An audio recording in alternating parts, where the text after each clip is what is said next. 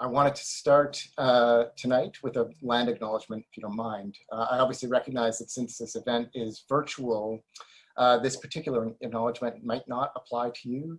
If that's the case, I ask that you just take the responsibility of acknowledging the traditional territory that you're on, as well as the current treaty holders. As well as I think we can all acknowledge the colonial realities of the capitalist technical infrastructures that enable us meeting here today as well. As a member of the York University community, I recognize that many First Nations have a long-standing relationships with the land upon which my university exists, and those obviously long pre-exist the university itself. The area known as Toronto has been caretaken by the Anishinaabe Nation, the Haudenosaunee Confederacy, and the Huron-Wendat. It's now home to many First Nations, Inuit, and Métis communities. I acknowledge the current treaty holders, the Mississaugas of the Credit First Nation. This territory is subject to the Dish with One Spoon Wampum Belt Covenant. That's an agreement to peacefully share and care for the Great Lakes region. We are privileged, really, truly, in every sense, to be here. So thank you for being with us tonight. I'm David Chichetto. I'm an associate professor in the Department of Humanities at York, and more importantly, for the present moment, I'm the incoming president of SLSA. I'm delighted to be of service in that role. I'm really looking forward to working with the vice presidents, Maria Whiteman and Rajni Sadan, as well as the executive and membership more broadly. I think it's appropriate we start tonight by just thanking some of the behind the scenes contributors to the event, including Katherine Hayles, Irina Aristarkhova, Marcelo Gorman, Maria Whiteman, Ed Chang, and Adriana Canal. I also really want to single out Wayne Miller for his truly incredible work facilitating the technology of tonight's event. And of course, Carol Colatrella, who has done so much work, not only for this event, but also for the society in general. We all know that nothing happens without Carol. I also think it's appropriate to thank York for donating the webinar space, and especially the York employees, Emily Blythe and Nazrin Bakalova, for being just tremendously helpful in getting things set up and helping things to run as smoothly as possible. So I'm going to share my screen now and get into the stuff proper. So before we move to the Lifetime Achievement Award, I just think it's appropriate, or I'd like to take a moment to acknowledge the yeoman's work, really, that's been done by our outgoing president, Marcelo Gorman. I have admired so much about Marcel and working with him these past few years, probably most notably the extraordinary care, effort, and skill that he puts into mentoring students, artists, and colleagues alike. I know that I've personally benefited from Marcel's mentorship, and I've also learned quite a bit about how to be an effective and responsible mentor for other people, which I think is really the highest compliment that I can pay somebody. So, Marcel, I know I speak on behalf of the Society to say we're really tremendously grateful to you for your work within and beyond the Society, so thank you so much. We're going to move in to the ceremony proper, or rather the evening proper. And it just gives me great pleasure to announce Richard Powers as this year's recipient of the SLSA Lifetime Achievement Award. We'll hear from Richard in just a moment. This is an award that's decided by committee and given to someone whose significant interdisciplinary scholarship is exemplary of SLSA. Richard Powers was originally nominated for this award by Hugh Crawford, and I just wanted to quote a little bit from that nomination. So Hugh writes, "I don't think there's another practicing novelist who has engaged with and mastered the actual science underpinning literary representation in a way that even approaches the novels of Richard Powers. Whether it's the history of media and assembly line technology in his first novel, Three Farmers on Their Way to a Dance, the various concepts of DNA in the Goldbug variations, state-of-the-art computational connectionist theory in Galatea 2.2, neurophysiology in The Echo Maker, or contemporary interspecies biology in his Pulitzer Prize-winning The Overstory. As Hugh notes, readers can be sure that Powers has done his homework." So Crawford notes that Powers' career has been long and distinguished, but this most recent book deserves really special consideration. The Overstory has had broad impact, capturing as it does the 21st century revolution in plant biology, as well as explicating the stakes in the current environmental crisis. So in many ways, Crawford notes, the Overstory is the novel of the Anthropocene. It doesn't offer fanciful escapes via as yet to be realized technologies. Instead, Powers takes the situation head on, describing in detail the current science without offering up simplistic fictional solutions.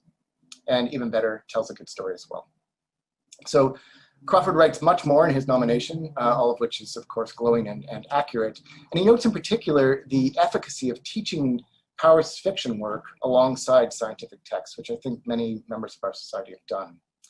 So in sum, Power's impact on the fields of concern to SLSA is obvious, it's profound, and we're really thrilled to award him our 2020 Lifetime Achievement Award.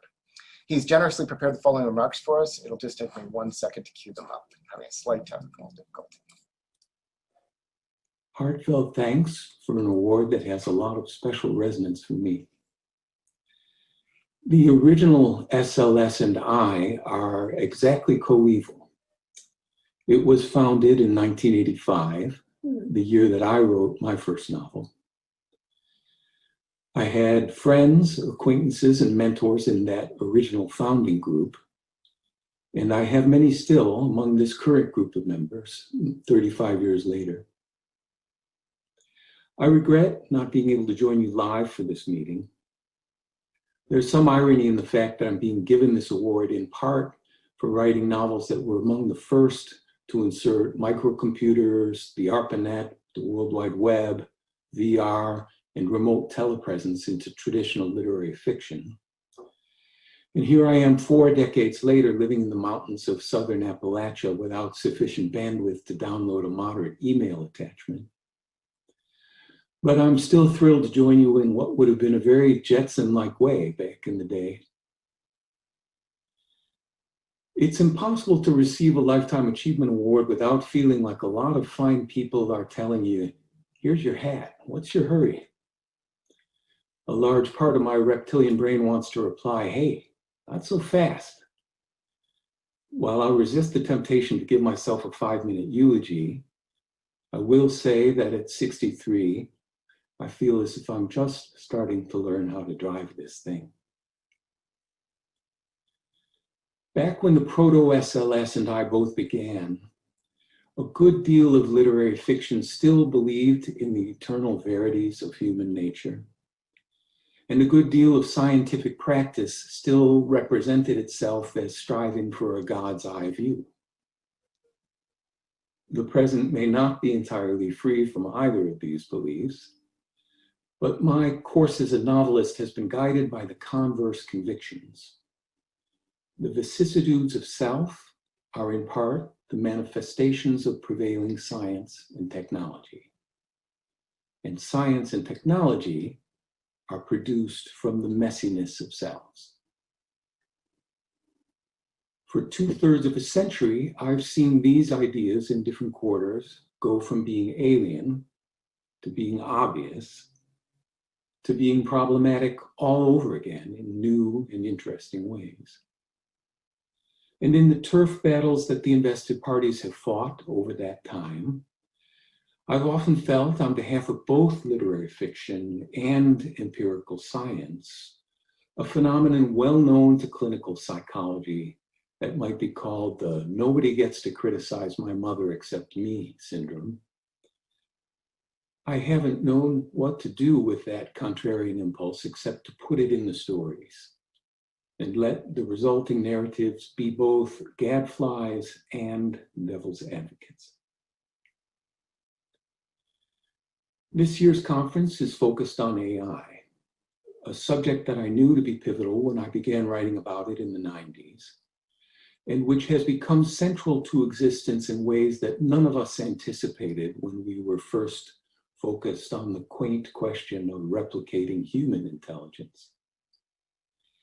Huge amounts of vital energy and ingenuity are being lavished on exploring the affordances of AI and its unprecedented power to reshape our economies, societies, literature, arts, and selves. But I'd like to put in a pitch for attending to its bearing on the other than human and our relationships to the more than human. To paraphrase Du Bois, the problem of the 22nd century is the problem of the species line. And that line is a complex, moving perimeter. Can we live here, on this planet, in reciprocal, non-commodified kinship with the neighbors? Whether we can or can't, we have to.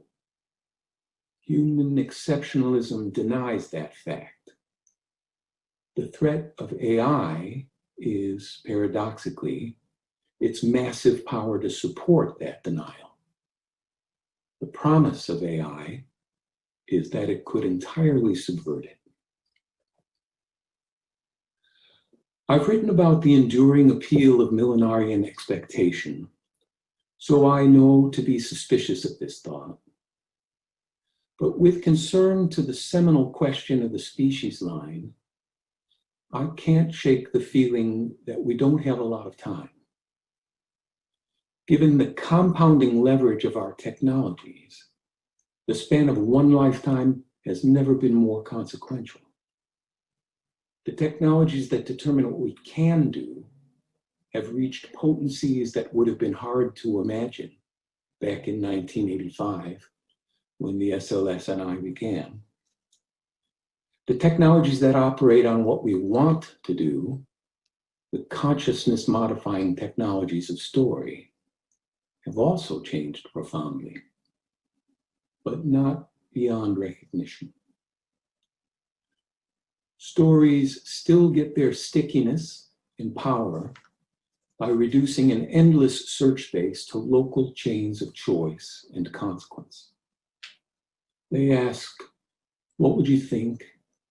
How would you feel? Who would you be if the world of infinite possibility were to play out this way? And in inhabiting those curtailments and consequences, readers become, for a moment, the persons they impersonate. All stories end. That's what they share in common. You knew how things were, now you don't. This was yours once, it isn't anymore. And endings are the mother of possibility. By way of thanks, I'll leave this assembled group of philosophers, scholars, historians, sociologists, anthropologists, artists, and storytellers with the same electrifying question that this Lifetime Achievement Award inflicts on me. Here's your hat. What's your hurry?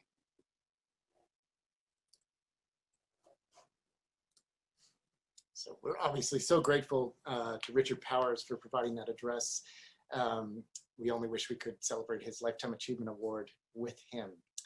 I'm going to ask Katherine Hayles to turn her video and audio on to introduce the next segment, which will be the 3 lightning talks.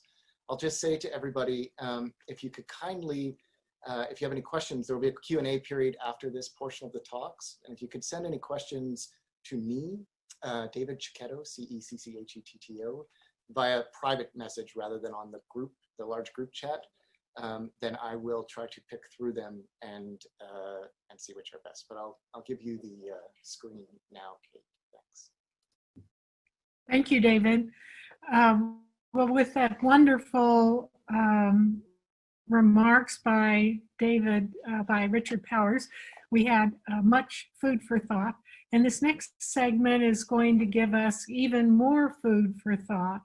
We've arranged for you 3 lightning talks on this topic, the futures and responsibilities of artificial and augmented intelligence.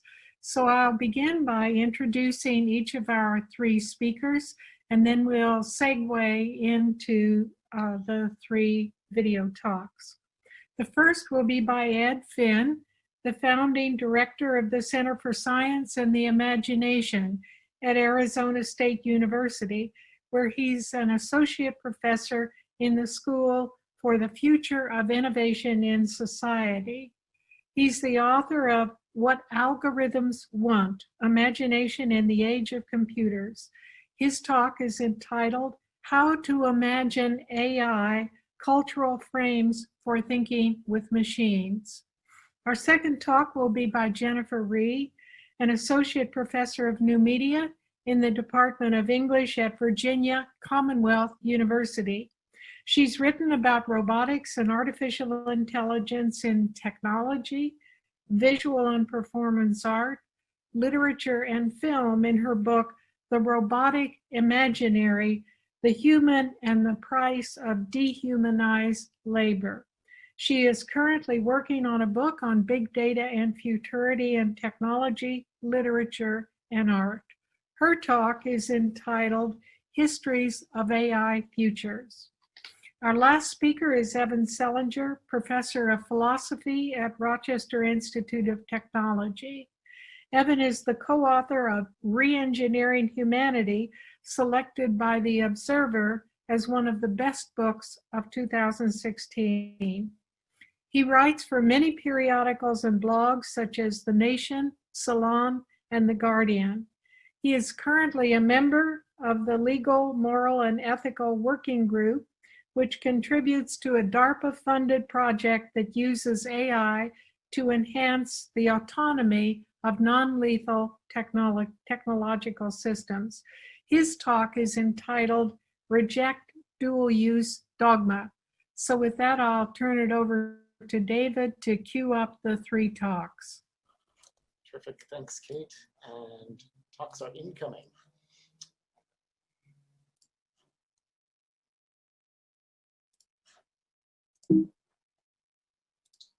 Artificial intelligence is all around us, but we are too busy warily watching the horizon to notice. While we peer into the future waiting for murderous androids, sexy Cylons, and omniscient paperclip-oriented oracles, intelligent machines have quietly been turning up everywhere. And I don't mean the flashy stuff like expensive virtual supercomputers that can learn how to play Go or hide and seek. No, I mean the mundane fabric of what passes now for our lived reality. Commercial airliners that fly mostly on autopilot, algorithmic filters silently determining news feeds and playlists, the AI management system that Bridgewater Associates, one of the world's largest hedge funds, has been using since 2016. We don't see these things for the most part because we don't know how to imagine them. We rely on the old metaphors, or we anthropomorphize, arguing with smartphones and GPS systems as if they can be swayed by our rhetorical acumen. We imbue our tablets and smart speakers with emotions and intentions, trying to make human meaning out of their errors and silences. It's telling that the most famous test of artificial intelligence is based on pretending and performing a kind of humanity. But the intelligent others of AI might never resemble us. Maybe AI will never be conscious. But before we began to cover the world with computation, we used to have easy access to other models of intelligence, agency, and systemic action. Perhaps the best way to see AI as we live it now, to usefully integrate it, interact with it, collaborate, and contest it, is to adopt biological and ecological frames. The intellectual history of AI is full of attempts to remake nature through our machines, from Vaucanson's duck to Wiener's moth, from the McCulloch-Pitts neuron to Conway's game of life. We have been doing biomimicry for a long time. Now it's time to flip the bit and recognize the nuanced blend of limitation and complexity that defines most AI. Reversing the flow of those analogies, we might create new cultural roles and grammars of action for AI systems that perform their work as familiar but non-human agents. The conversation with Alexa is much more like talking to a tree than a person. Deep roots, extensive knowledge, not so much a personality. Animal metaphors might provide a much more useful scaffolding for the wide variety of systems, from autonomous vehicles to Roombas that know a few things and want a few things, but will never rise to the level of human agency or cognition. In other instances, our best analogy to a complex intelligent system might be ecological rather than biological. Indigenous peoples around the world maintain knowledge and observational systems based on humanity's long history of working in awareness of and in concert with local ecologies. While we have grown used to interacting with a computational avatar, voice, or personal interface, those surface appearances are usually deceptive, obscuring systems that are as extensive, intricate, and non-human as a forest or a river delta. Analogizing the behaviors of complex interdependent algorithmic systems to a waterfall or a flock of birds might give us new ways to visualize the agency of these systems and mentally model our interactions with them. The computationalists assert that all of these complex systems are mathematically similar anyway. The teraflop computer simulation and the tide pool both operate on inputs and outputs according to the same mathematical laws. But the difference for us is that biology and ecology provide a starting point for culture, for metaphor and analogy. We rely on narrative to navigate the complex systems of the natural world, as we have done for millennia. We are bad at the many-dimensional number crunching that defines complex computational systems, but we are good at foreground and background, nuance and ambiguity. We are bad at calculating risk probabilities, but we're good at listening to the soundscape of the forest for danger. Imagine an interface to a complex machine learning system that acted like a forest soundscape rather than a set of widgets and sliders so simple they go right past deceptive into outright falsehood. That interface would be more humbling, perhaps more difficult to learn, but ultimately more honest. This question of interface depends hugely on context, of course. Systems that have been carefully created by humans, sometimes over decades, often work better as a forest of overly literal widgets rather than a forest of metaphorical trees. Think of a NASA mission launch or a nuclear power plant. But other systems, especially those that are continually self-adapting machine learning platforms, never started with widgets. There, the widget is a metaphor, and the forest might be a better one. If we can adopt narrative frames that better match the space of action that intelligent systems actually inhabit now, we can tell meaningful stories about them that do not fall back on magical thinking, techno-worship, or the half-hearted neo-Luddite posture most of us now take when we're looking honestly into the selfie camera. And we need better stories to navigate the currents as a rising tide of machine intelligence transforms cultural practice and meaning making. Thank you. So that's wonderful. We're going to go right into the next lightning talk, which is Jennifer Rhee. Excuse me.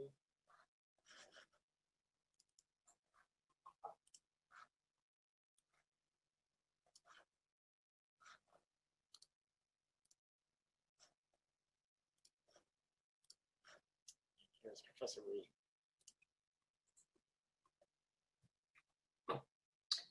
If the future of AI is determined by its past, then in 20 years we might be in some trouble.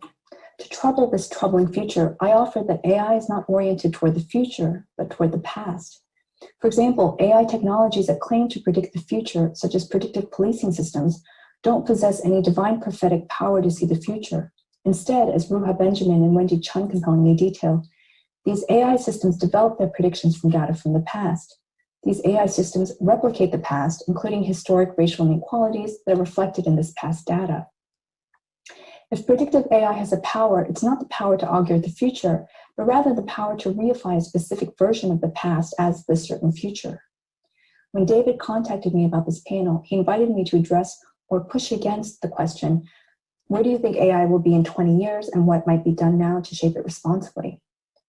Considering AI's entanglements with prophetic proclamations, racial oppression, and the past, you might understand why today I choose to push against prediction itself as a way to address the important question of AI's possible futures. Instead of offering a prediction of AI's future, I take up Lisa Lowe's concept of hesitation as a productive epistemological position in temporality. As Lowe articulates, quote, hesitation need not be understood as inaction or postponement, or as a thwarting of the wish to provide for a future world, end quote. I meet AI's own rush to prediction, not with a counter-prediction, but with the uncertainty, promise, and fullness of hesitation as I stay with the question, what might be done now to shape AI responsibly? This question's positionality remains delightfully vague, and I take full advantage of this as I offer the following provocations and suggestions, many of which the SLSA community has already thought of and is already doing. Here are my suggestions as a series of points. To start, cultivate a widespread understanding that automation requires massive amounts of invisibilized human labor. Urge those in technology and politics to heed Joseph Weizenbaum's important assertion that technology's central question should not be, can it be done, but should it be done? This assertion replaces can with should, and thus positions humanity's concerns, methods, and scholars at the heart of the very condition of possibility of new technologies. Provide our future tech workers and technological subjects with robust humanities and arts educations so that they can more comprehensively understand AI and its relationship to power. Encourage further appreciation of artists who carefully theorize the relationship between AI and power in their art practice. Artists such as Zach Blass and Stephanie Dinkins, for example. Simone Brown, drawing on Eugene Thacker, calls for critical biometric consciousness in response to how biometric technologies discipline, police, and harm in ways that are tied to histories of surveillance of Black people and to environmental racism, through these technologies' supply chains, production, and disposal. Building on Brown's work, we might think about something like a critical AI consciousness, one that is similarly attentive to AI's broader histories and presence of racialization and oppression, including the extensive and often harmful materialities that enable AI technologies, from mineral mining to e-waste disposal. My final point, take seriously that imagining, developing, and interacting more responsibly with AI requires attending to histories of power and inequality. In other words, it requires being grounded in various humanistic worldviews and approaches. To name one, for example, quoting Wendy Chun in a discussion of network science, quote, "Most crucially, what everyone needs now is training in critical ethnic studies," end quote.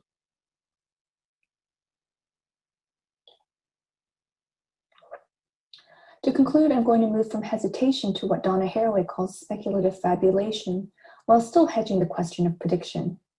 I'll offer instead a version of an AI future I'd like to see, and some aspects of history that this future would extend.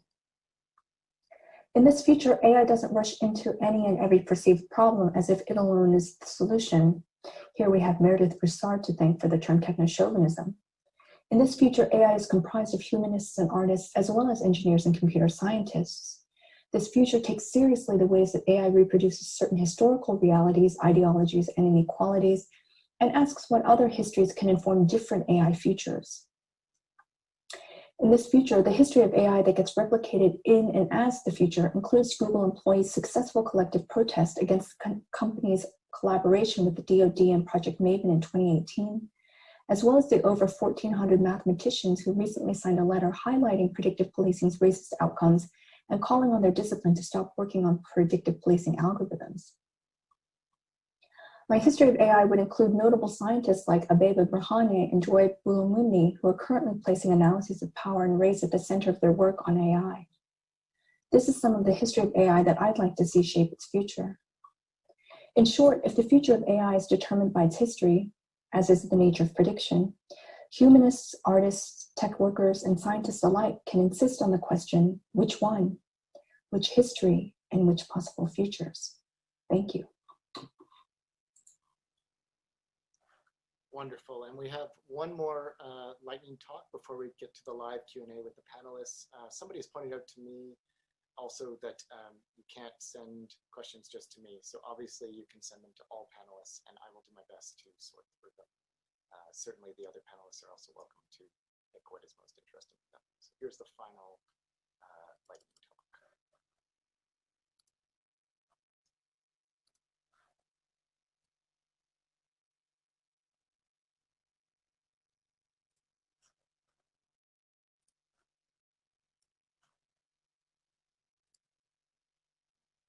I'm Evan Selinger, professor of philosophy at RIT. I'm delighted that Professor Hales invited me to give this lightning talk.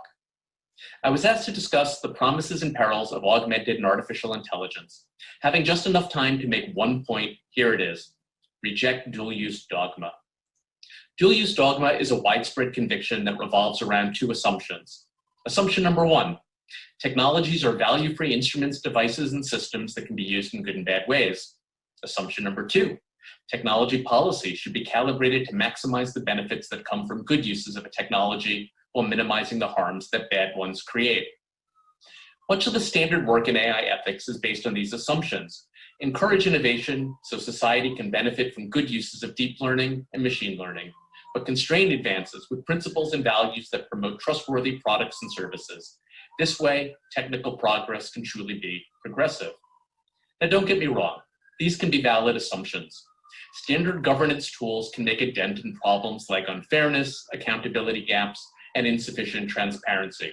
The hard work is figuring out how to make the most of code or design, soft or hard law, social norms, market dynamics, or some combination of them.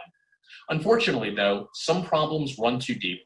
Sometimes an AI product or service has such pernicious affordances that trustworthiness is impossible.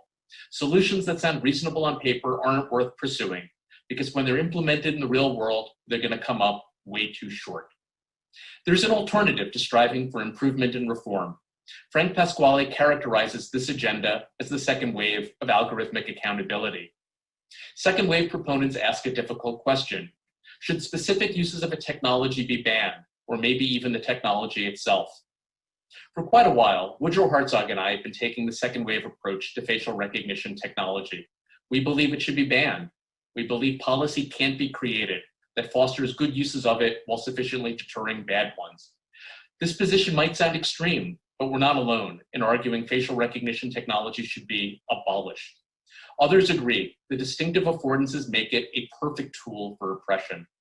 When this talk was recorded, 13 cities had banned government agencies from using facial recognition technology, and 3 states passed laws that prevent law enforcement from using facial recognition in body cameras. It's been a hard fight.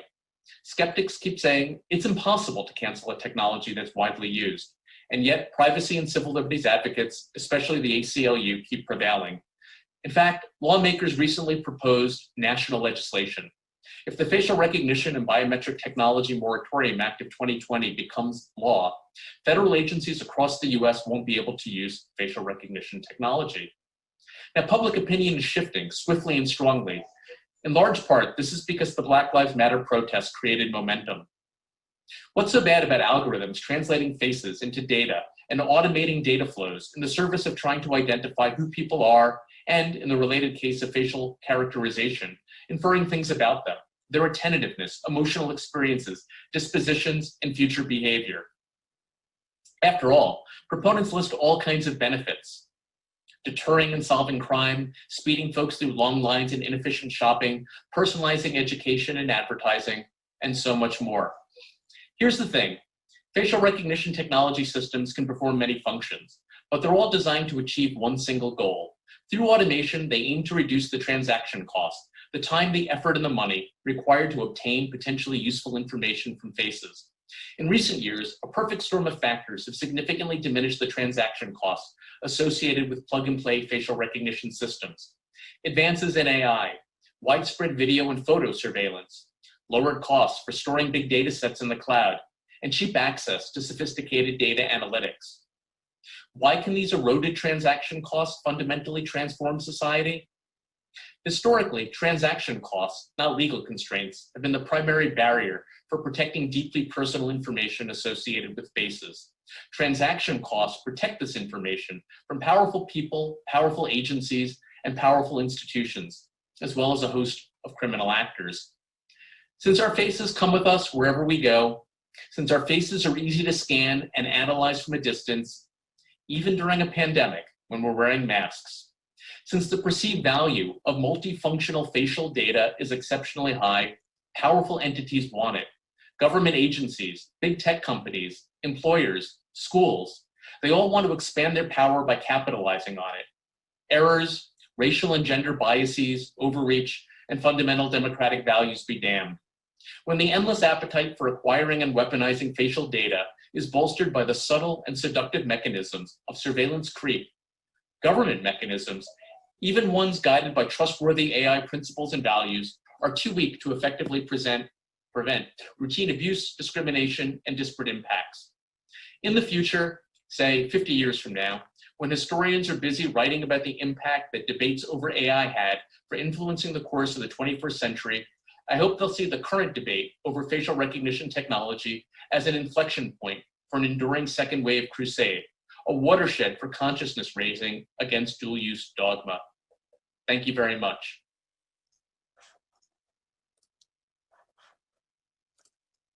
So it's wonderful. Thank you to all of our panelists, especially for taking the time to prepare that material in advance. If I could ask the 3 panelists to all turn on their videos, each turn on their videos and their audio, we could have some time for questions. I know I asked people to send the questions to me personally, but I believe the only options you have are to all panelists. We do have one question to get us started, though. First of all, thank you and welcome Professors Finn, Rhee, and Selinger. So I think this is a question that applies maybe to, I think any of you could answer, but I'll let you handle it. This is from Faye Christoph, who I happen to know is a brilliant student at University of Michigan. How unanimous does a decision to not develop AI need to be in order for it to work? That is, if the US decides to stop developing, but an aggressor continues, can we still make progress? And how does that predicament relate to ecological models more broadly?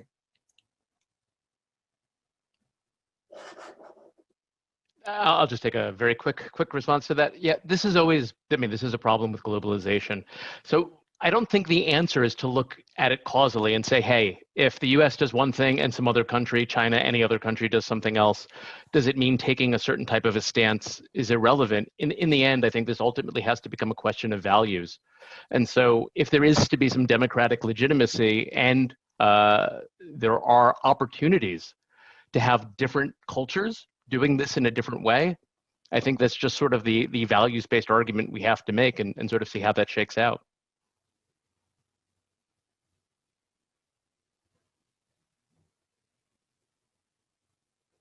Do you have any comments, Ed or Jennifer? Maybe I'll just add that I think the approach that Evan was just talking about is also related to where technology meets society, and the way that you change this is not by going to research labs and saying you have to stop researching this. The way you change society or change our position on this is go to legislators and say, hey, we have to change the laws and change the use cases in which we're going to allow these technologies to exist or not exist. When you change those laws, you change the incentive structures. People will work on these things because they know that there's no market, there's no possibility of the tool being used in the way they imagine. There's this deep history of the relationship between science and the technological progress and the imaginaries of science and the way that we change our value landscape around those things.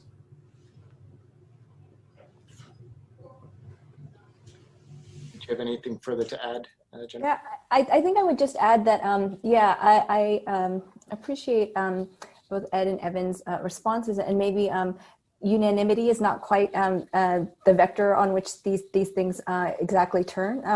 I would maybe add in relation to another important funding stream, another maybe place to put pressure is corporations and venture capitalist funding of these technologies, in addition to legislation and policy. So, which requires a very different, I think, strategy in order to make a point or a change value system. So. I think that actually leads into one of the other questions we have here, which is the question of AI-induced unemployment, whether the connection between these sorts of values that you're discussing and policies that you're discussing and what Kevin Legrander calls just the problem of AI-induced unemployment that's becoming more common. Well, I'll jump in on this very quickly. I think the question of metaphors is really, really important here. And I think we're at a big decision point that will probably only be visible in hindsight around how structurally we think about integrating intelligent systems into society, whether we think of them as black boxes tended by a small priest class, many of whom themselves don't understand how they work, or whether we and think of them as replacing humans. And this is the sort of artificial intelligence and augmented intelligence, whether we choose that path or the path of collaboration and finding ways to work with these systems. And it's harder, this is why the metaphors are so important, it's harder to figure out how that would work and to build trust with systems. And that's why we need better metaphors to understand how they work and more transparency, accountability. I think that gives us the opportunity then to find all of the new jobs, because it's going to be a huge mess, right? As we change, these huge structural transformations are going to create lots of chaos and problems, and computation is still really bad at actually modeling, the complexity of real life. So there'll be lots of opportunities for humans to help bridge the gap, but it's going to require a lot of careful thinking about the metaphors and the way we design these systems and who is included in those processes. And I think in terms of this really interesting question, I'm curious about maybe if this were a conversation, I think I would ask Kevin what examples of AI-induced unemployment that you're thinking of, because I think for me AI-induced unemployment is not about technologies literally rendering human workers obsolete, but a kind of larger political and kind of techno-capitalist kind of set of values that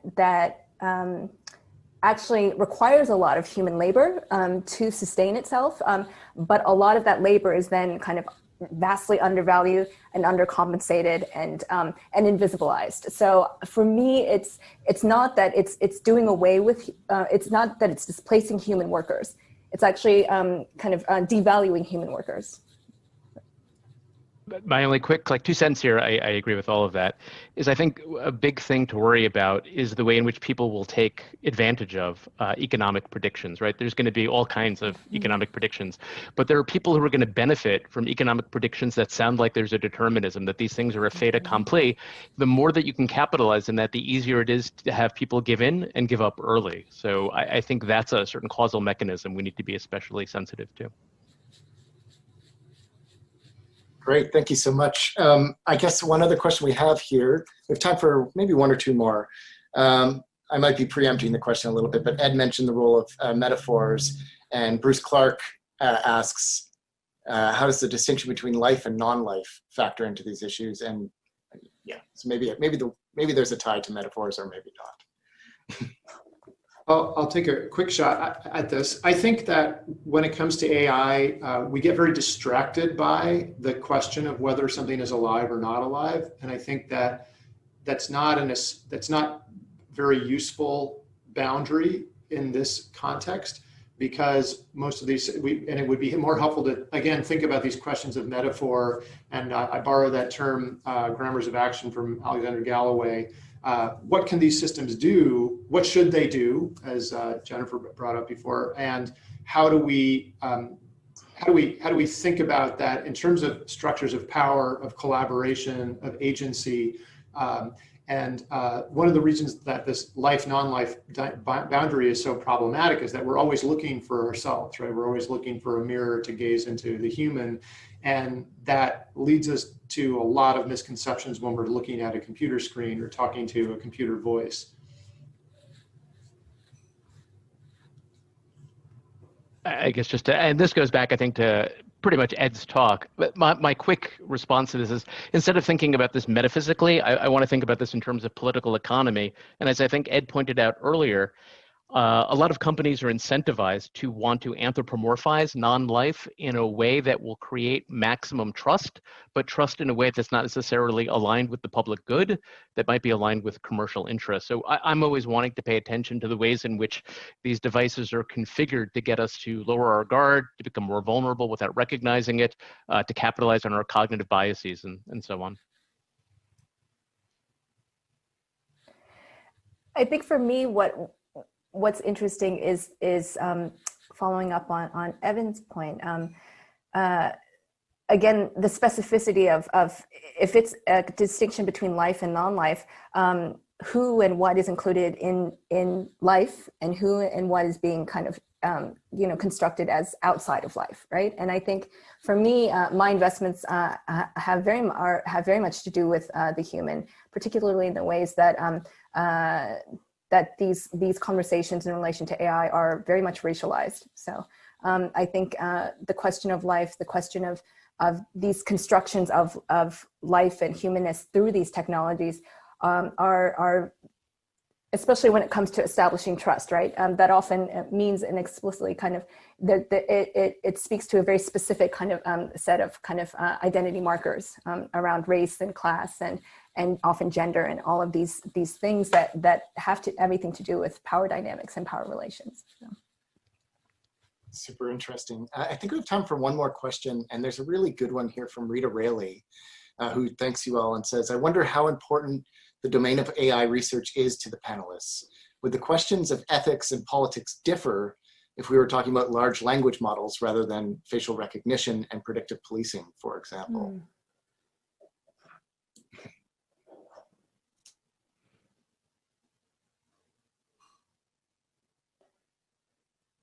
Well, I feel like Evan should go first because this connects more to this topic. No, please. Okay, all right.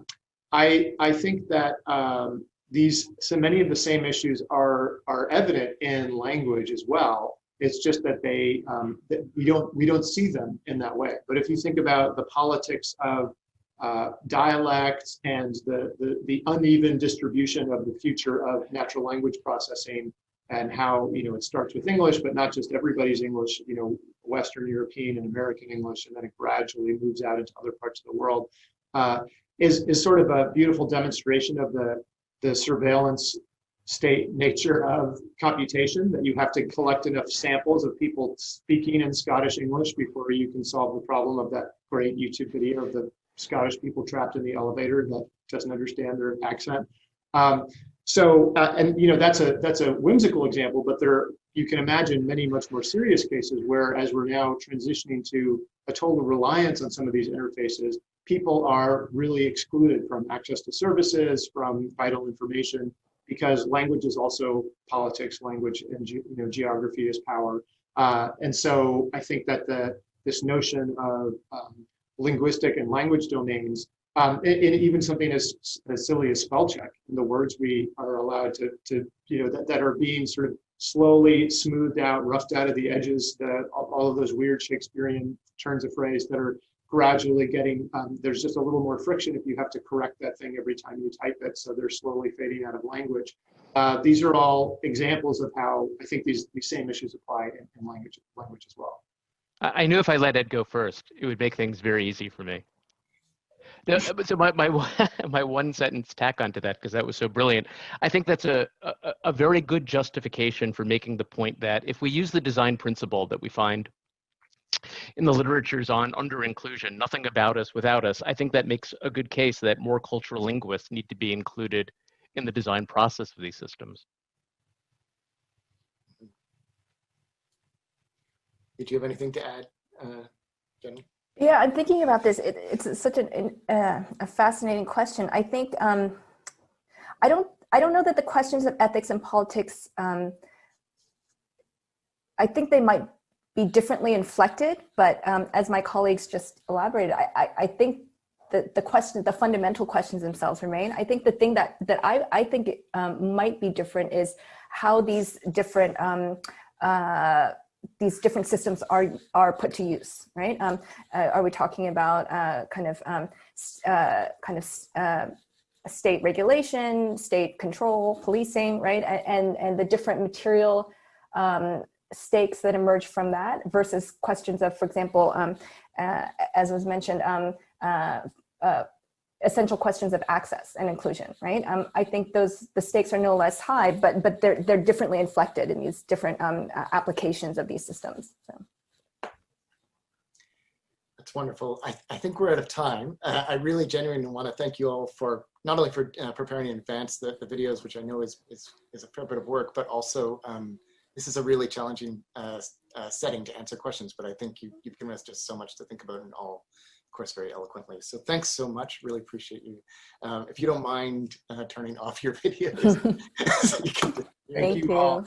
Thank you. Yeah. And Wayne, maybe if you can share the PowerPoint now, I think we might have a better technical situation. And Kate, I'd like to invite you to turn on your video and microphone as well. Because the next thing we're going to do is announce the Bruns Essay Prize.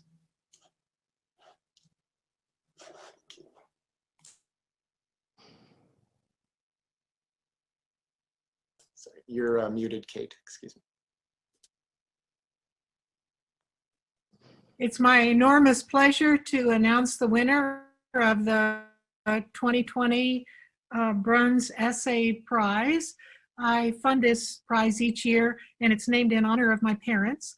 And the purpose of the prize is to recognize the excellent work being done by graduate student members of SLSA.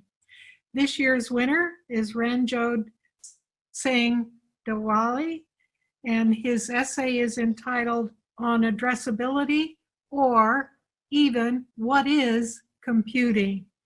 And now I'll read the commendation for his essay.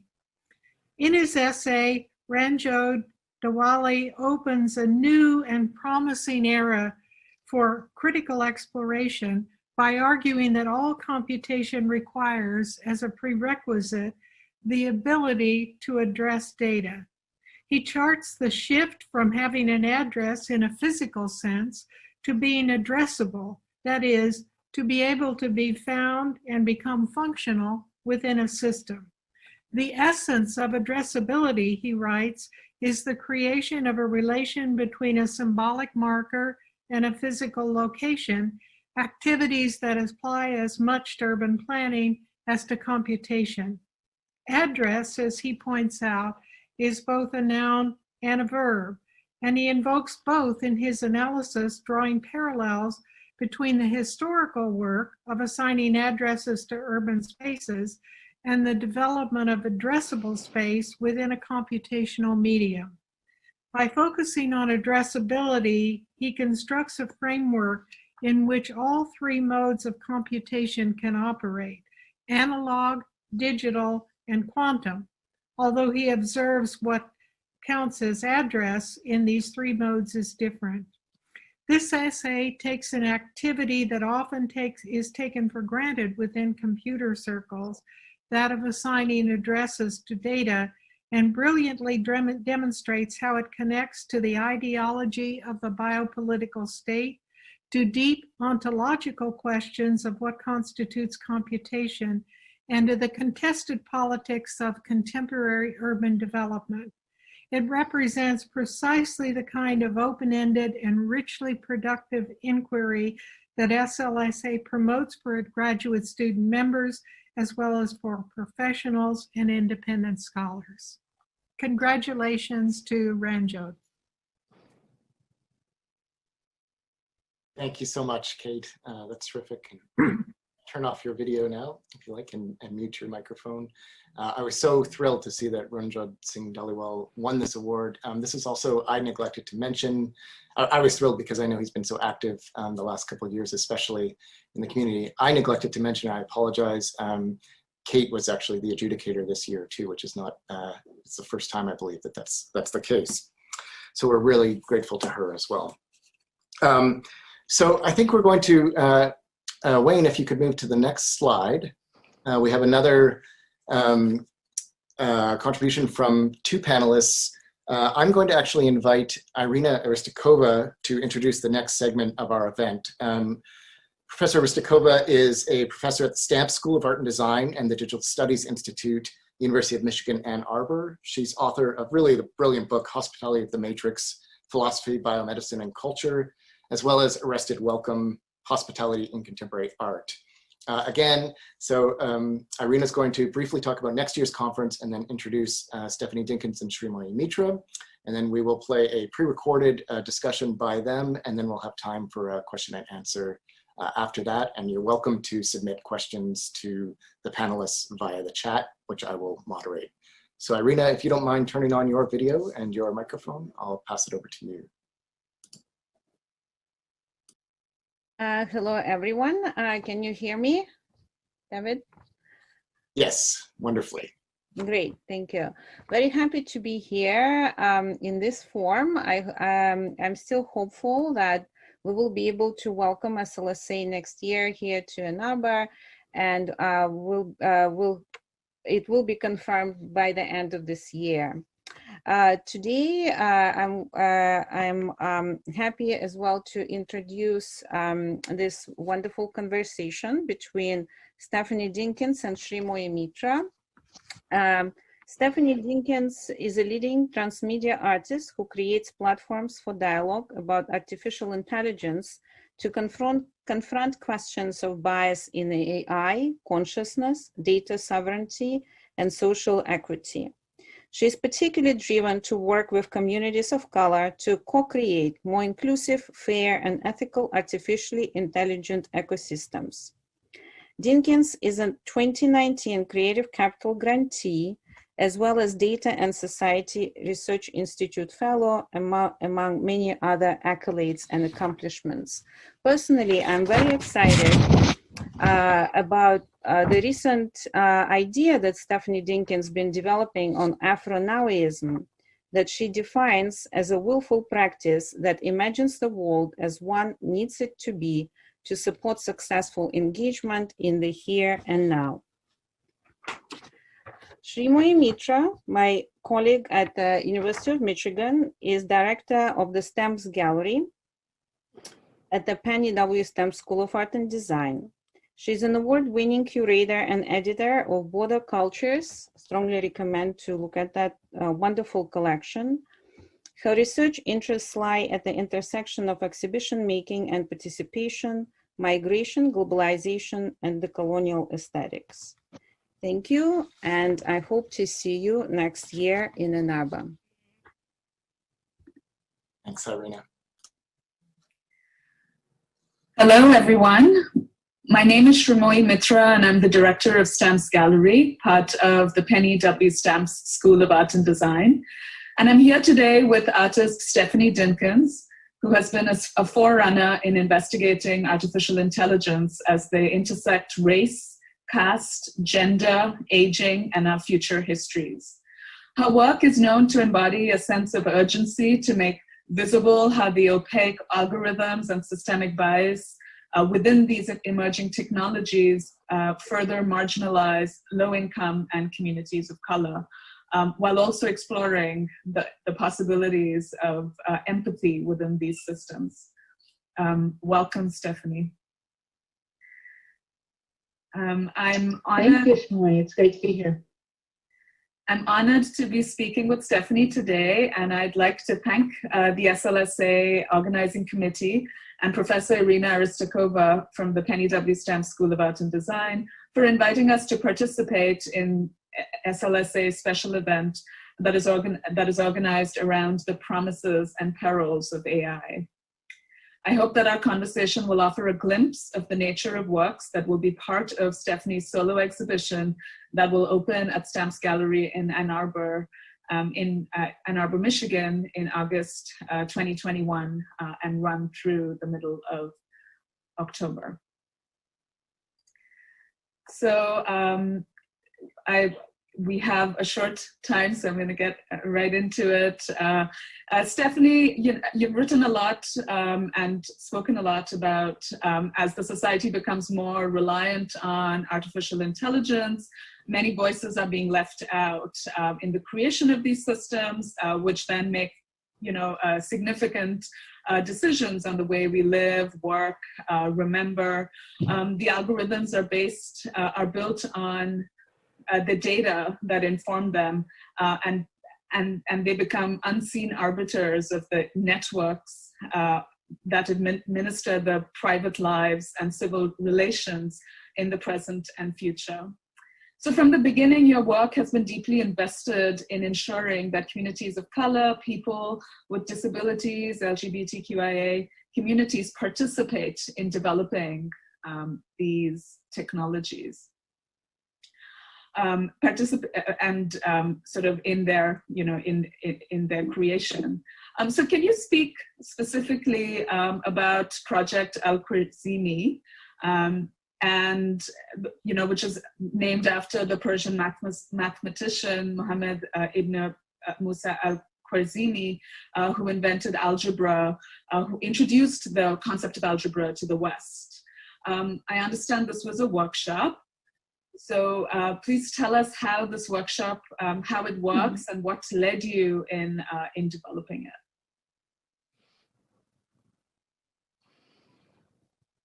Well, Project Al-Khwarizmi grew out of another project where I was talking to a robot that actually got me into this idea of what it means to have representational algorithms that look like communities but aren't built by communities, and starting to question what the algorithmic future looked like.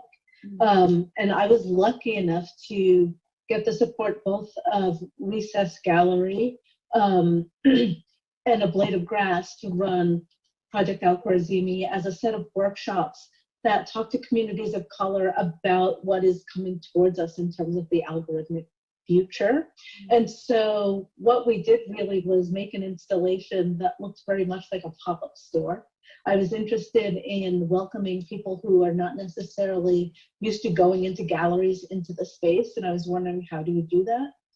So made it feel more store-like than gallery, and kind of, a simple, flowy space that invited people in. And then once they were in the door, we were talking to them about the question that I asked many people is, what does AI need from you? So we would engage that question. We would talk to them about their knowledge of algorithms and where they think they're interacting with algorithms, and then talk also about how they think algorithms are impacting their lives. And that was done sometimes one-on-one with me or some of the docents in the space, because there were a group of kids who were being diverted from the criminal justice system who worked in the space as part of their deal, who A, took part in workshops, and B, got to talk to others about the algorithmic future. And so we try to use both peer interaction, artist interaction, the idea of a kind of strange image to pull people in and talk about what algorithms are bringing towards us and how we might start to deal with them in terms of calling them out when they are not working for us and seem to be working against us, in terms of knowing that they're there. And then really in terms of getting that like bug that you might want to start creating them in the space as well. Right. So, you know, what strikes me is that, you know, you're not only making the algorithms visible, but also sort of, you know, through these workshops, sort of embodying sort of how these AI technologies need to, you know, not only how one can participate, but also, you know, how they need to be opened up to begin to address you know, different subjectivities and experiences. And go ahead. No, I was just going to say, yeah, I think like a multi-pronged approach is super important, right? I believe highly, and through Project Al-Khwarizmi, we're trying to pull people in through any means, which means if someone in the space is interested in hip hop, how do you combine hip hop with algorithms, right? And make that something that they can invest time and energy into trying to create work. If they're interested in their native language, how do they start to make things around that? So, for example, in one workshop, we had a group of young people, and one set were trying to put patois into an algorithmic system, into a talking chatbot, right? And it's like, you know, we understand that that's not natively in there, but we also understand that we can phonetically start to put patois in. And what that really is doing, like, we're not saying, okay, this is going to be the one that's out in the world, but that's an ask, right? I think that's an ask to the bigger system to also start thinking about all the spaces that are missed and that we are all much poorer for leaving out. Right. I believe in modeling those things and showing that it can be done, because I'm so often told that, oh no, that can't be done, which usually means that the capital imperative is not there. Right.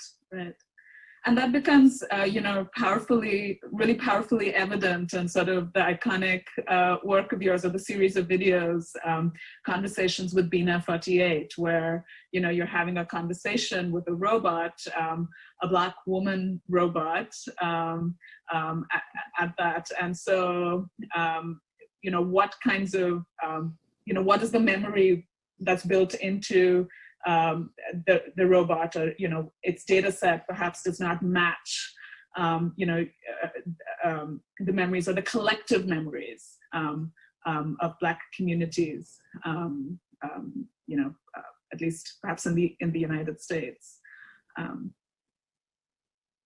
And so, you know, for me, that's a really interesting observation. Sorry, I'm stepping on your toes. No, not at all. So, you know, really underscoring the limitations of data sets, and, you know, more important, and, you know, bringing out those questions of who is collecting the data, how is the data being collected, you know, machine bias within the criminal justice system has been a national debate, has been an ongoing national debate perhaps, but this summer it's been sort of, you know, more prominent, perhaps, than I can recall in the last few years. And so I wanted to bring us to your new work that called Say It Aloud, that I believe really also enacts your thinking around Afro-Nowism, this powerful essay that you have written about the necessity to act now. So if you could talk about Say It Aloud, as well as, and the concept of Afro-Nowism and, this crisis of data sets. Sure. As my thinking around AI and algorithms evolved, I started thinking a lot more about the data and what that means and where it's coming from. So Say It Aloud, especially in this moment of crisis, is trying to make a space on the internet where people can say their piece, say what they are thinking about what's going on. And it features a kind of professor figure doing a little rant about who we are, who we can be in the face of everything that's happening and despite everything that's happening, and how we really enact our agency, right? So one of the lines is about what do you really in your heart of hearts want to do, and how do you act on that now versus waiting in the way that we're often told to wait, right? Like, oh, wait, in a few years it'll be better, something will come along. And so Say It Aloud is really saying, say what you want, act on it now. I know there are going to be barriers. We understand this. However, like, we're stronger for having built on and acted on the things that really drive us. And that's not to say that we shouldn't be fighting the systemic injustices, because I think that that is a parallel fight. But I often think also that a lot of our energies get siphoned off because we're fighting so hard against this machine that is trying to hold us in a space. And so, I'm really advocating for putting a good amount of your energy into just doing the things you want to do and seeing what happens and seeing where that goes. And thinking about the things that we've internalized as ideas, right, that hold us in place sometimes. And I think about ideas of travel when I'm thinking about that, right? Because often if I talk to Black friends and I say that I've driven through Utah in the middle of the night by myself, they look at me like I'm absolutely crazy. I'm like, why wouldn't I? This is my country. I want to explore it, right? But the idea of the dangers that being out by oneself in a rural atmosphere holds, mythologically and in sometimes, right, reality, looms super large. Yeah. But if that holds me in a box, how does that function in my life? So Afrofuturism is really, so I do this all the time, right? I do Afrofuturism and Afro-Nowism. Like, I put in Afro-Nowism because while I understand this idea of conceptualizing a future, I'm much more interested in taking that conceptualization and acting on it right now, where you're at, however you can, and taking incremental steps to move a little bit more forward, and feel that some of the things that maybe feel like are impossible start to become more possible, right?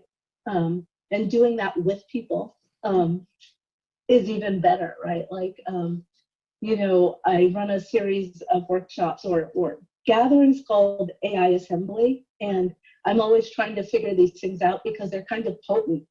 And I don't understand how they're potent in the way that they are, but I think it's this idea that we're all doing different work, but we're all working around technology and thinking about it, and we're not often together, and we don't often have that kind of quiet support, right, that it takes to put one out in the world super confidently, right? Because everybody who attends AI Assembly, they're well accomplished, right? We've got engineers, artists, technologists, entrepreneurs, very accomplished people, but there's something about being in the room with that energy together and playing, because we play, we eat, and we think together. And that combination seems to bolster us in ways that are, I cannot call anything else but magical. And that's what I hope Afro-Nowism will do, like start that small steps toward knowing what's possible in different ways and finding ways to make things that feel super impossible possible. That sort of sense of self-organizing, you know, it sort of reminds me of, you know, or organizing, self-organizing, you know, the saying of it takes a village, right, to raise a kid. And that's, you know, that it's a wider ecology, right? We do need one another to build out a data set that does justice to our society or our communities, to be able to maintain the specificities and the multiple languages and you know, the loss in translations, you know, so thank you so much, Stephanie. I think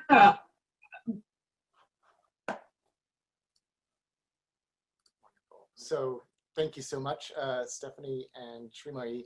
If you could kindly turn your videos on and your audio on, we could take some questions from the audience. Again, please feel free, anyone, to address questions to all panelists in that way, and I'll do my best to field them. And again, thank you for being synchronized and really to prepare such a really benefit so much. So we have a question from Marcel O'Gorman, who says, Stephanie spoke tantalizingly about playing, eating, and thinking together. How does that change, or what do we do with that in a time of COVID? Yeah, we move it online like everything else, but try to keep the heart in it. It's been a real challenge, but we've actually pulled it off a few times, and stared into each other's eyes wistfully, and had a certain communication that seemed a little bit beyond the norm. So that's how we try to do it these days. Do you have anything to add, Srimoyee? No, not to that. I think, yeah, it's the new reality.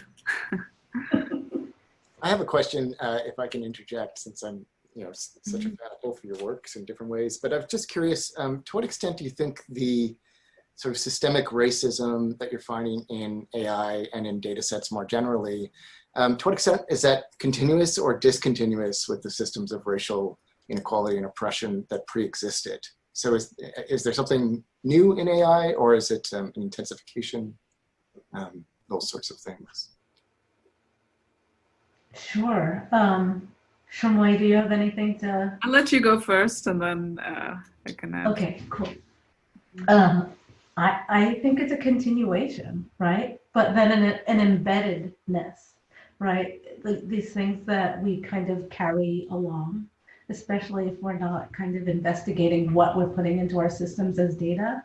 And I can give the example of just yesterday looking at an image database with a collaborator and us being appalled at the terms that were used to label Black folks in this contemporary image database, like absolutely floored and appalled. So we're taking the same old, pushing it along into these systems and embedding it deeply without examination. And that's super dangerous in my mind.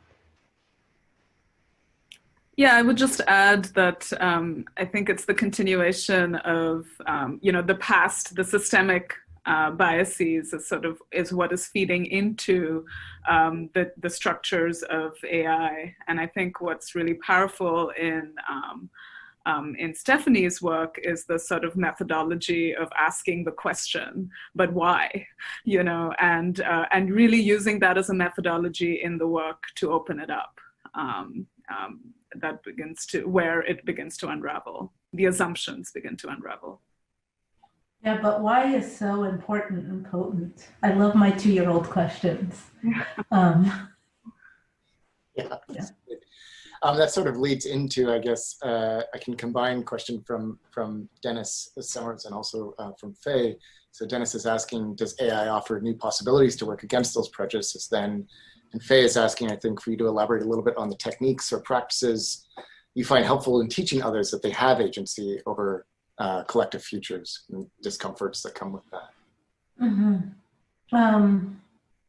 know, in terms of techniques, I try to use whatever is available. Like by any means necessary becomes a real mantra in terms of what things people are interested in generally, because we're often trying to get over a technological hump, as well as a hump of often people have been told like the space is not for them, or they don't exactly know where to enter the space or how to enter the space.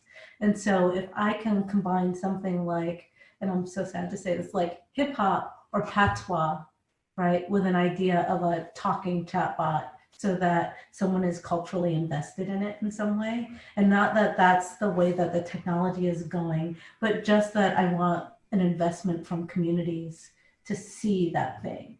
And then the other thing is to start to try to unveil the way things work on really basic levels. Right. Another exercise that is just coming about recently in terms of databases is asking people to take 10 images and try to label them, 10 personal images, label them and then offer them up publicly to a database. And what that decision-making process is, it's really hard. It's like a super hard exercise, first of all, to decide to give away your personal information and that of your loved ones in that way. So then you're having to deconstruct in the moment and think about where that data goes and how it goes forward. Yeah. You know, but at the same time, you know, there's a whole, you know, our data and our images are already living in public spheres, right? Whether that is on social media or wherever we're being tracked, you know, all the cookies on our website. So there's also a disconnect there, right? Where when you're making, when suddenly you're given the option or the agency to choose to, you know, to select the images versus that kind of being, you know, programmed within the interfaces that we're working on. Yeah, I think that's the interesting, oh, so I'm gonna go back to this. That's the interesting part, the idea that we're getting people not just to do it automatically, but to go through the thought process, because we're so trained to like, oh, here, yeah, sure, no problems. Here we are. And so does that connect to this question of asking folks, what does AI need from them? Is that what that question's in sort of endeavors to catalyze? Is it? Yeah, that question is, you know, it's become a lot of things because it asks a lot of questions, and it asks a lot of questions differently, whether it's handwritten or whether it's machine typed, right? And so depending on audience, who's taking in that question, yeah, it's very much like, well, what does it mean to us? Storytellers, what stories are we telling ourselves about these technologies? And usually that means we're doing the kind of dystopian, crazy, be-all, end-all version. But this is also technology that we're living with, and how do we start to think about what that means? Right. Amazing. We have time for one or two more questions. We have one from Mark Marino, who asks, the algorithm seems so, or he says, the algorithm seems so sequestered and siloed, but you're intervening by public conversation. Can you talk about how the public conversation can reach the programmers behind the AI? And actually it relates to the other question too that Irina asks, which is how can artists interfere in AI exhibition style of engineers? Have you been invited, Stephanie, to AI industry shows? I think those questions are married in some ways. Yeah, they are. I've been invited to so many places, places that I think that I have no business showing up in, right? So a room of 40 people of some of the top AI researchers in the world, right? And I always have to go, how on earth did I get here? And then what does my presence do? And how do I start to challenge the thinking of the people in the room? And I think by my presence, I challenge that thinking, just point blank. Like I am the artist, the Black person, and often the seldom woman, right? So there are three things. And then when you start having discussions and people realize that your research is paralleling theirs and you're an individual, an artist, it gets to, like, it jogs the brain, right? And so I can never be sure what's happening, but I also know that I've seen and heard ideas come back at me after a year or so. And so I kind of count on the very slow burn that kind of gets into people's heads and worms there and forces slight differences in the way that they're working. you have any thoughts about that, Srimoyee? No, I have not been invited, but to. But I think it's, you know, it's fascinating. Yeah, I enjoy the stories. Yeah, I wish we had more time. I have a whole bunch of questions, but I really hope that you know, COVID willing, that we're able to have the conference next year align with your exhibition at Stamps Gallery, which I think it's sort of set up to do, and I know that we'll have lots and lots of time to talk then, or at least folks will have time. So thank you both again so much. We really do appreciate your help today. It's wonderful. Thank you. Thank you. So if you can turn off your, let's say this to people, but if you could turn off your videos and audio, and Wayne, if you could bring us back to the PowerPoint. Terrific. I think we're there. So as you can see, I'm going to announce the final two of this year's sort of award winners. I'm really thrilled to do so. The first, as you can see, is the announcement of the Shakhterly Essay Prize. This prize was established by Lance Schachterle, who is the founding president of the society, and he established it in honor of his parents to recognize the best new essay on literature and science written in English by a non-tenured scholar. As you can see, this year's winner is Joshua DiCalio for the essay Scale Tricks and God Tricks, or the Power of Scale in the Powers of 10. This was published in our very own Configurations Journal. The essay was adjudicated this year by Blake Lalonde at Georgia Tech, and also by Jennifer Tuttle, the prize was adjudicated by Blake Lalonde at Georgia Tech and Jennifer Tuttle at University of New England. And they write this about this piece. This article is a stimulating and provocative contribution to the important contemporary discourse on scale in science, the humanities, and the post-humanities. Using a critique of critiques of Powers of 10 as a fulcrum, DiCalio proposes that scalar discourse, quote, deconstructs presuppositions about power and mastery derived from remaining at the scale of the human body by holding ourselves to the consistency of a measure derived from our own experience, and in so doing, transforms what we think we are.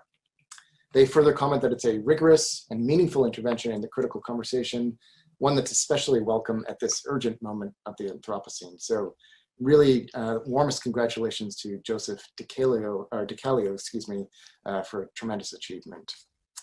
And then the final prize that we'd like to announce today before we move on to the conversation between Kate Hales and Amaranth Borsuk is the Michelle Kendrick Memorial Book Prize, which is awarded each year to the best academic book on literature, science, and the arts, published by an SLSA member. This award was established in the fall of 2006 in memory of Michelle Kendrick of Washington State University, Vancouver, who was an energetic and well-loved scholar of literature and science and a very long-time member of SLSA. Again, as you could see, and this really just makes me tremendously happy, this year's winner is Banu Subramaniam for her book, Holy Science, The Biopolitics of Hindu Nationalism, published by University of Washington. The award this year was adjudicated by Bob Markley and Richard Nash, and they described the book as a profound and important demonstration of what feminist science studies can bring to contemporary cultural criticism, one that's particularly timely in exploring the role of science in the rise of Hindu nationalism. Imaginative in conception, remarkably nuanced and precise in its articulations, Holy Science offers both bold claims and a responsible basis for hope as we challenge ourselves to create a more just future. And then they include an extended quote from Subramaniam herself, which I'll read. She writes, "To give voice to the marginalized, the excluded, the invisible ghosts that haunt these halls is to give voice to our impure pasts and our impure present. The heart and strengths of this nature cultural world are always about change, about variation, diversity, and impurity. Justice necessitates a politics of multiplicity, contradiction, ambivalence, and above all, resistance. What we need," she says, "are impure politics, impure theories for impure times." So again, congratulations to Professor Subramaniam. I'm really thrilled to award you this prize. Okay, so we're moving into the final segment of the evening. I'm going to introduce this. Once again, I'll say if you have questions, please, during the video, you can send them to me or send them to all panelists via the chat, and I will moderate them. Our final segment is a conversation titled Using and Musing AI in Books and Postprint, and this is a conversation between Amaranth, Borsuk, and Katherine Hayles. I expect Kate Hales needs little introduction, but she is a literary and cultural critic who writes on the relations of literature, science, and technology in the 20th and 21st centuries. She's the author of How We Became Posthuman, Virtual Bodies in Cybernetics, Literature, and Informatics, among several other books. She is Distinguished Research Professor at the University of California, Los Angeles, and James B. Duke Professor of Literature Emerita at Duke University. And she is in conversation with Amaranth Borsuk, who's a poet known for her experiments with textual materiality and digital poetry. She's the co-author with Brad Baus of a book with visual icons that can only be read with the aid of a computer. And she is Associate Professor at the University of Washington, Bothell as well. So Amaranth and Kate, I invite you to, or excuse me, I don't invite you to turn on your videos. We'll watch your conversation first. So Wayne, you can go ahead. And for the captioner, this video. Right. Here we are on Labor Day 2020. I'm Katherine Hayles, Distinguished Research Professor at the University of California, Los Angeles, and I'm delighted to be here with Amaranth Borsuk. Hi, my name is Amaranth Borsuk, and I am an Associate Professor in the School of Interdisciplinary Arts and Sciences at the University of Washington, Bothell. So we're doing a joint presentation and conversation because our projects intersect with one another in very interesting ways, having to do with the role of artificial intelligence and the way that it's transforming our practices of reading and writing. So I'll talk first a bit about my forthcoming book from Columbia University Press called Postprint, Books and Becoming Computational. And then Amaranth will talk about a couple of her projects, and then we'll have a conversation between us. So for me to launch off on Postprint, it started really with a conundrum. If you go into a bookstore, any bookstore, and start browsing the shelves, you'll see rows and rows of print books that could be from 1950, although most of them were published in the last year. And how is it that these print artifacts appear unchanged in the midst of enormous change in how they're produced, how they're edited, how they're marketed, how they're stored, and so forth? How can we tell the story of that transformation when the artifacts themselves look so similar? So that was the conundrum that really launched this project, Postprint. So the argument that I make in the book is that everything about that artifact has changed, and that if you rip the artifact out of its context, could it in any way appear similar to the same book produced in 1950. In fact, computational media have permeated every aspect of print, from how books are designed, produced, warehoused, distributed, written, and read. And I focused on the question, why is computation so important, not only in the book industry, but throughout our society? And trying to get to the bottom of that, I decided that computation is able to transform every other industry because it has unparalleled cognitive capacities. So that brings up the question, what is cognition? In Unthought, I was looking for a definition of cognition that would have a low threshold for something to count as cognitive, and yet be able to scale up to very significant, sophisticated thoughts. Here's the definition I arrived at. Cognition is the process of interpreting information in contexts that connect it with meaning. In that definition of cognition, all life forms have cognitive capabilities, as do computational media. So that creates a kind of unifying framework in which one can talk about cognition in humans, non-humans, and computational media using the same general terms. So I argued that most of the world's work today is done through what I call cognitive assemblages that is, collectivities through which interpretation, information, and meanings circulate. So how to tell this story specifically about books? And here I employ a number of methodologies. I have a chapter on how machines became cognitive in the book industry, starting with the page compositor in the late 19th century, up to the Lumatype, invented in the 1950s, the first prototypesetter on the Docutech, invented by Xerox in the 1990s. And by the end of the century, the year 2000, this transformation of the book industry was essentially complete, although of course it's also ongoing. But it's not only machines that are involved, humans are involved as well.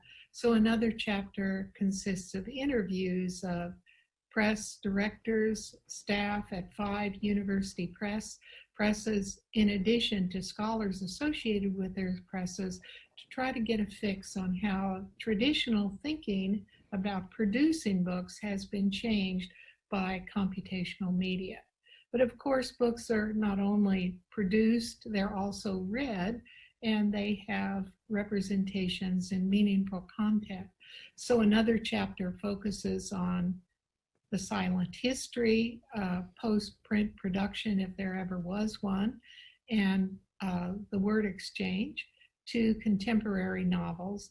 And then a final chapter focuses on the role of artificial intelligence in the practice of reading and writing, and also in the other direction, the rise of asemic writing, writing that uses marks which don't belong to any known typography or alphabetic system, marks which convey meaning even though they're non-alphabetic. So these two represent the two polar opposites of trying to avoid computation entirely or exploring its full implications for the range of reading and writing. And in that last chapter, I talk extensively about Amaranth's work, so here I'll segue to her. Well, thank you, Kate. And it's a huge honor both to have my work discussed in your book and to be here to be part of this conversation with you. My most recent scholarly book, which is called The Book from MIT Press, is really about how our ideas of what a book is and can be and can do have changed over time along with its material manifestations. And that project, that scholarly work, is very embedded in my own thinking as a poet and book artist in ways in which the material form of a book can be exploited, manipulated, explored to create different kinds of reading experiences for readers. The project that you discuss in your book, Between Page and Screen, is a collaboration that I did with Brad Bouse using Flash to allow readers to have an experience in which they were holding a printed book that doesn't actually contain any text. Instead, every page has a black and white geometric shape called a marker that, when opened up in front of your webcam at our website, triggers a poem to appear. And those poems are mapped onto the page in 3-dimensional space, so that as the book is moved, the poem appears to move with the surface of the page like a pop-up book. The concept was very much triggered by my understanding of augmented reality as a technology in the case of this paper-based AR that requires access to both the print artifact and the digital, and that without the juncture of those two things, the text remains inaccessible. The physical book has these sigils in it, but it can't actually be read without the cognition of the computer intervening. So that it's a layered reading experience that requires the reader to confront the question of where a text resides, where a book resides, and how we make meaning. So that project led directly to the following collaboration that you mentioned, which is Abra. And that collaboration began as a page-based collaboration with the poet Kate Durbin in Los Angeles. We really realized that what we both intimately wanted was a book that began with the author and then immediately ran away and created its own internal world. And we were lucky enough to receive a grant from the Center for Book and Paper Arts at Columbia College Chicago that was specifically to commission Born Digital Artist books. And this allowed us to bring on another collaborator, Ian Hatcher, and to re-envision Abra as a physical artist book as well as an iPad app. In the iPad app, the entire corpus of Abra, of the physical book, appears, but as soon as you open the app, the poems begin to mutate on their own. And then the reader can intervene into the text further using a number of kind of magical spells that they can enact by touching the screen and rubbing the text, including creating erasures, creating mutations through touch, and adding more language into Abra's lexicon by typing in new phrases. And our desire to work in the form of the touchscreen interface was partly about the possibilities for collaboration that interface allows, that we can think not only of the reader's interaction with the text as a form of collaboration, but the device itself is collaborating because it has its own cognitive capacities built in that allow it to change the text at will in ways that can be interesting and strange and surreal, much the same way the text itself is also strange and unnatural and polymorphous. So those are the two projects that are sort of most connected to the conversation that we're going to have about artificial intelligence and the ways in which books have changed and are currently changing with the introduction of these digital mediations. Yes, and you spoke about the computer as being a collaborator, which I think is fascinating. So what are your thoughts about these larger questions that your practice opens onto, which is how human subjectivity is being impacted by the advent of intelligent agents, artificial intelligences, etc., which have no intrinsic evolutionarily derived subjectivity, but can be programmed with personalities as many agents and artificial intelligences now are.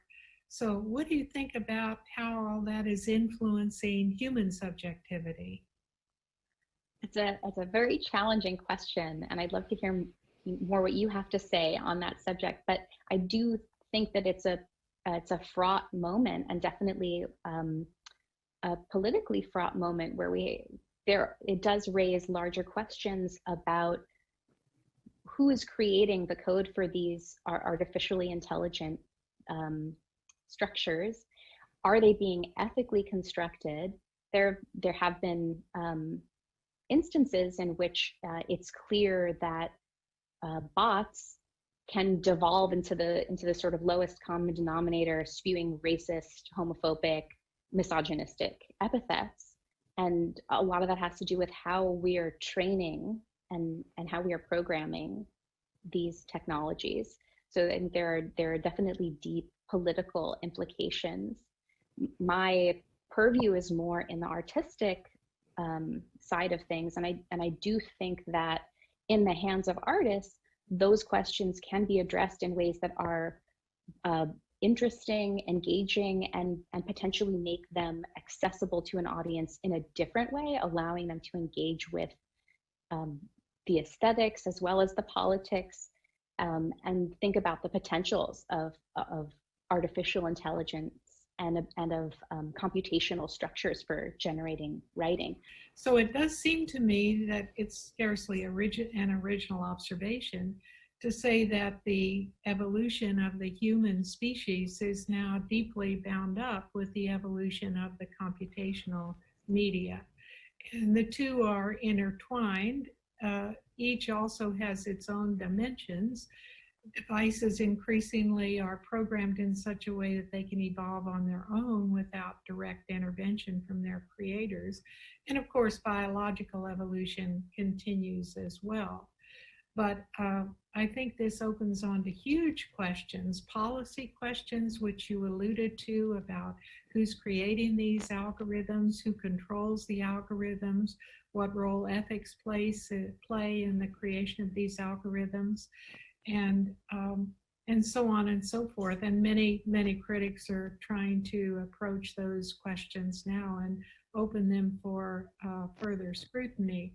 But in my own view, I think that this trend is only going to continue in the 21st century. I don't see that we're going to untangle our own evolutionary future from computational media. It seems to me that it's only going to become deeper and more complex and more entangled as the technology continues to advance. And whether the technology reaches the point where it has something equivalent to an evolutionarily derived subjectivity, I think is open to question. I wouldn't automatically dismiss that as a possibility. And if that happens, then it seems to me a kind of game changer, because now you have an artificial subjectivity directly interacting with a biological subjectivity.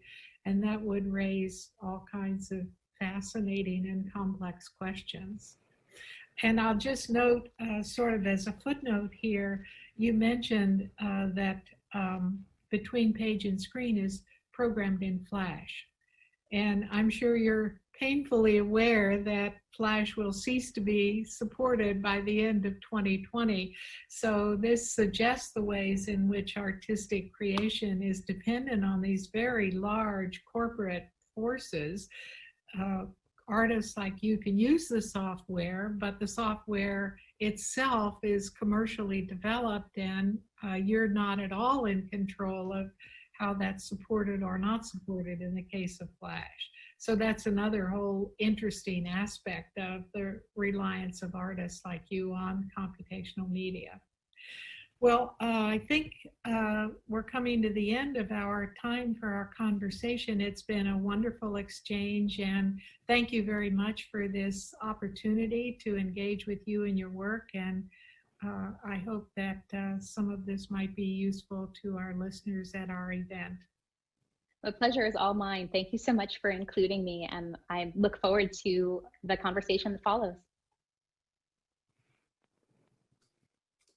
Wonderful. So thanks. Maybe Wayne, if you don't mind closing that, and then I'll invite Kate and Amaranth to turn on their audio and video. Such an interesting conversation. And then I will also invite the attendees and audience to pose any questions that they may have to the panelists. Might just take a minute to come in here. That's great. So thank you to you both. It was really, again, I know I've said it to each person, but it's really genuine. And I know it's a lot of work to put this kind of thing together. And I know that we're all spending a lot of time on screen these days. So I appreciate you both doing that. I guess I was curious, Amaranth, if you could talk a bit more about where your conversation ended. Sort of the question of the obsolescence of these objects as software changes. And do you see that problem as something that's integral to your work? Is it a problem for your work? Is it how does that feel as part of your practice?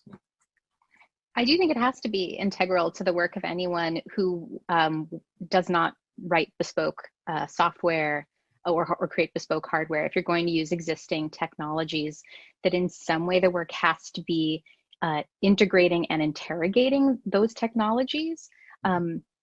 And in the case of Between Page and Screen, it was actually a fundamental part of how that project was conceived.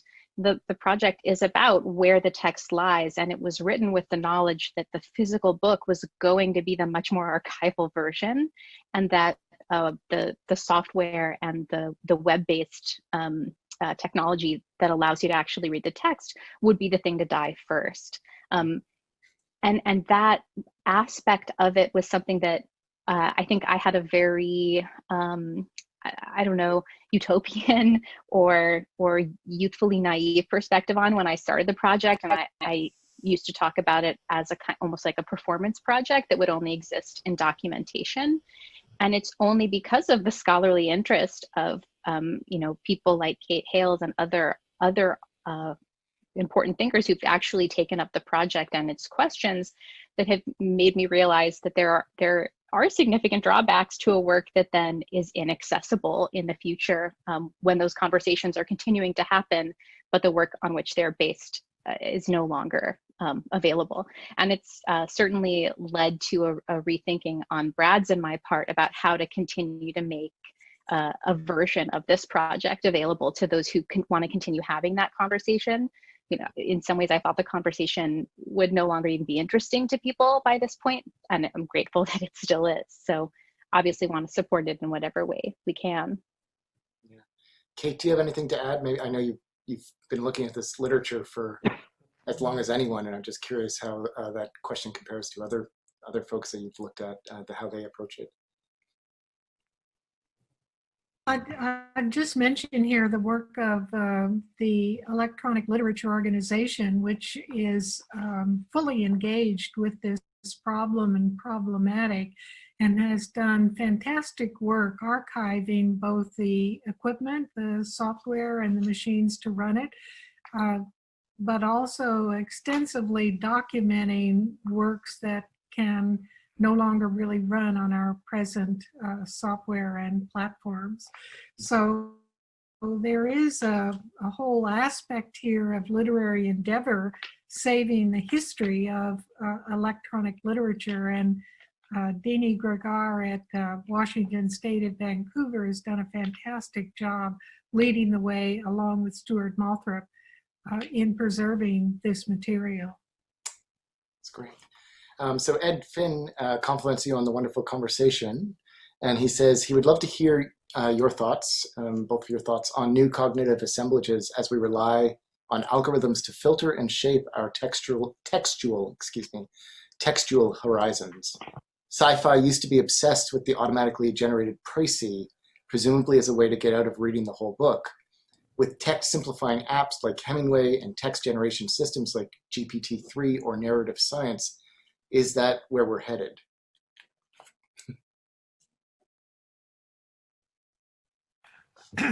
Well, I hate to think that that we're headed into an algorithmic version of Cliff Notes here, where artificial systems will read books for us and offer us the most sort of cliched kind of summaries that we can imagine.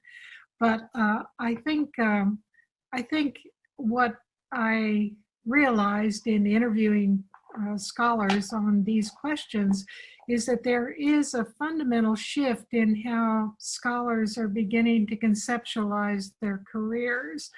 That the older generation, my generation, for example, automatically tends to think in terms of print books, and you see your scholarly career as a progression of books.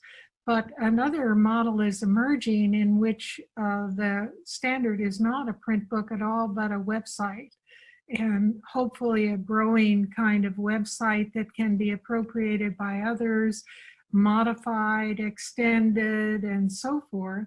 And that changes many things about how one thinks about one's career, whereas books are able to achieve final form. They're put out in print. The print doesn't change. A website needs to be constantly updated. And the criteria by which you judge these two things vary enormously. Ed mentioned the importance of metaphors. And the whole set of metaphors by which you evaluate scholarship is radically different in those two models. That with a website, you're thinking about how many people are using your platform, how many people are modifying your platform, how many people are contributing to your platform, whereas the print book tends to look more to individual achievement, as Richard Powers so ably demonstrated in his talk. Both models are now coexistent. Both models, I think, are still very vibrant, but it does seem to me that the impetus is shifting now dramatically toward what I call the nodal model rather than the print book, where one sees continuities, contagion, platform extensibility, And all of that tends to emphasize much more the role of the computer, as Amaranth said, as a collaborator. And so I'm very interested in how the whole shape of what scholarship means is changing. Yeah, and if I could add a small thing to that, it's that it was probably pretty evident that the conversation that you saw between us was a truncated version of a longer conversation. And one of the things that we talked about is all of the activity happening right now with generative literature, which I think relates to what Ed is talking about. Writers who are using code to generate bodies of novels and poetry. And one of the things I'm interested in with projects that do this, like the books that Nick Montfort publishes in the Using Electricity series for Counterpath Press, or like Lillian Yvonne Bertram's book Travesty Generator, which was just nominated for the National Book Award, is that by utilizing code and making it an integral part of the generation of a work of literature, and then publishing the code alongside the work of literature, those works invite readers to think more about the relationship between algorithms and lived experience. And I think allow us to consider our own complicity in many of those structures that were brought up in the conversation that preceded this one. And some of the things that Stephanie and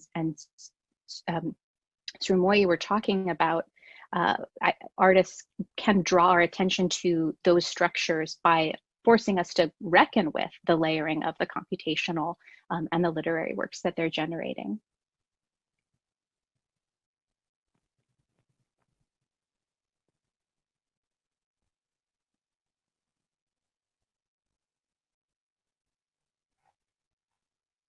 David, you're muted. Sorry, thank you. I was going to say thank you so much. And I was going to say there is quite a complex question from Sean Yeager, and it's nice to see you, Sean, but I think we don't have time because we're out of time. So I don't know, maybe it's possible to send that via email, Sean. It's a question about the relationship between meaning, as we're thinking about it, and discourses around autism. And I've seen Sean talk the last couple SLSAs, and I think really has a lot to offer these questions, but we're out of time. And so maybe I can invite any panelists who are still able to turn their videos on, just so we can say a very quick wave to the camera to say goodbye. I genuinely want to thank you all for being just so generous with your time on behalf of everybody that's put this together, and also want to thank again all the folks who helped us put this together, and of course the folks who attended. I think that the hope is to have a recording of this up on the website eventually, so people can share it otherwise for exactly the legacy reasons we're talking about. And then hopefully we'll see all of you in Michigan, if not before. So yeah, thanks again. Take care. And David, before we sign off, might I just say thank you so much for all of your fantastic work in masterminding this event for us and serving as Master of Ceremonies for it. That was terrific. Thank you. Thank you so much. I appreciate it. Okay. Thanks, everybody. Take care.